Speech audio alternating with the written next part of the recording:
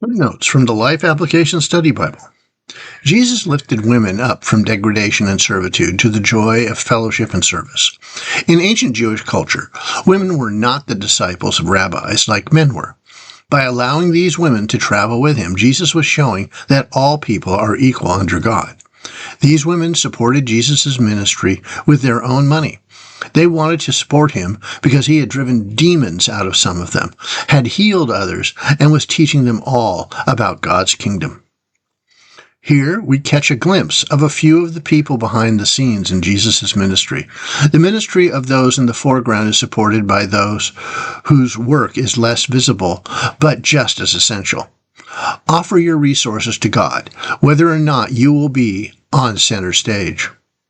Jesus often communicated spiritual truth through short stories called parables.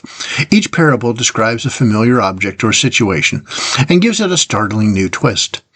By linking the known with the unknown or hidden and forcing listeners to think, parables can point to spiritual truths. A parable compels sincere listeners to discover truth for themselves, and it conceals truth from those who are antagonistic, preoccupied, unmotivated, or hard-hearted. They simply cannot understand it. In reading Jesus' parable, we must be careful not to read too much into them. In each, search for the central point and meaning. Why would a farmer allow precious seed to land on the footpath, on rocks, or among thorns?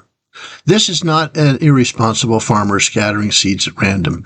He is using the acceptable method of the day for seeding a large farm, tossing seeds by the handful as he walks through the field. His goal is to get as much seed as possible to take root in good soil, but waste is inevitable, as some falls or is blown into less productive areas.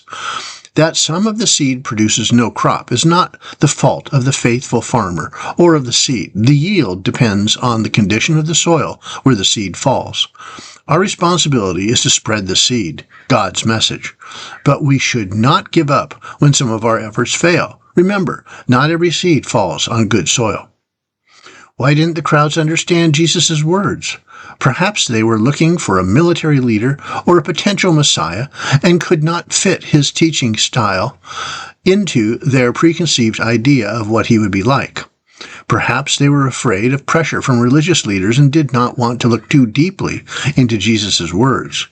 God told Isaiah that people would listen without understanding and watch without learning anything in Isaiah chapter 6, verse 9. And what kind of reaction confronted Jesus? The parable of the four soils was an accurate picture of the people's reaction to the rest of his parables. Footpath people, like many of the religious leaders, refused to believe God's message. Rocky soil people, like many in the crowd who followed Jesus, believe his message but never get around to doing anything about it. Thorn patch people, overcome by worries and the lure of materialism, leave no room in their lives for God. Good soil people, in contrast to all the other groups, follow Jesus no matter what the cost. What type of soil are you?